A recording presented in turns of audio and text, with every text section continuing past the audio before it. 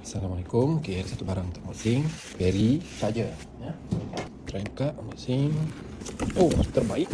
Dia dah siap ada bag dibagi. Okay. Ni kabel dia, manual, instruction. Okay. Ni dia punya tapak stand kat wall dindingnya. Okay, ni charger dia. Yang ni type 2 punya charger. Type 2, mostly kereta Malaysia type 2. Ni dia ada bagi juga screw, wall plug untuk pasang ni dengan apa? Dia punya charger. Convert single phase. Okay, jadi saya terus try. Okay, kita charging speed dia. Ini saya ambil ni yang model 7 kW je. Sebab EV yang ada ni 7 kW je.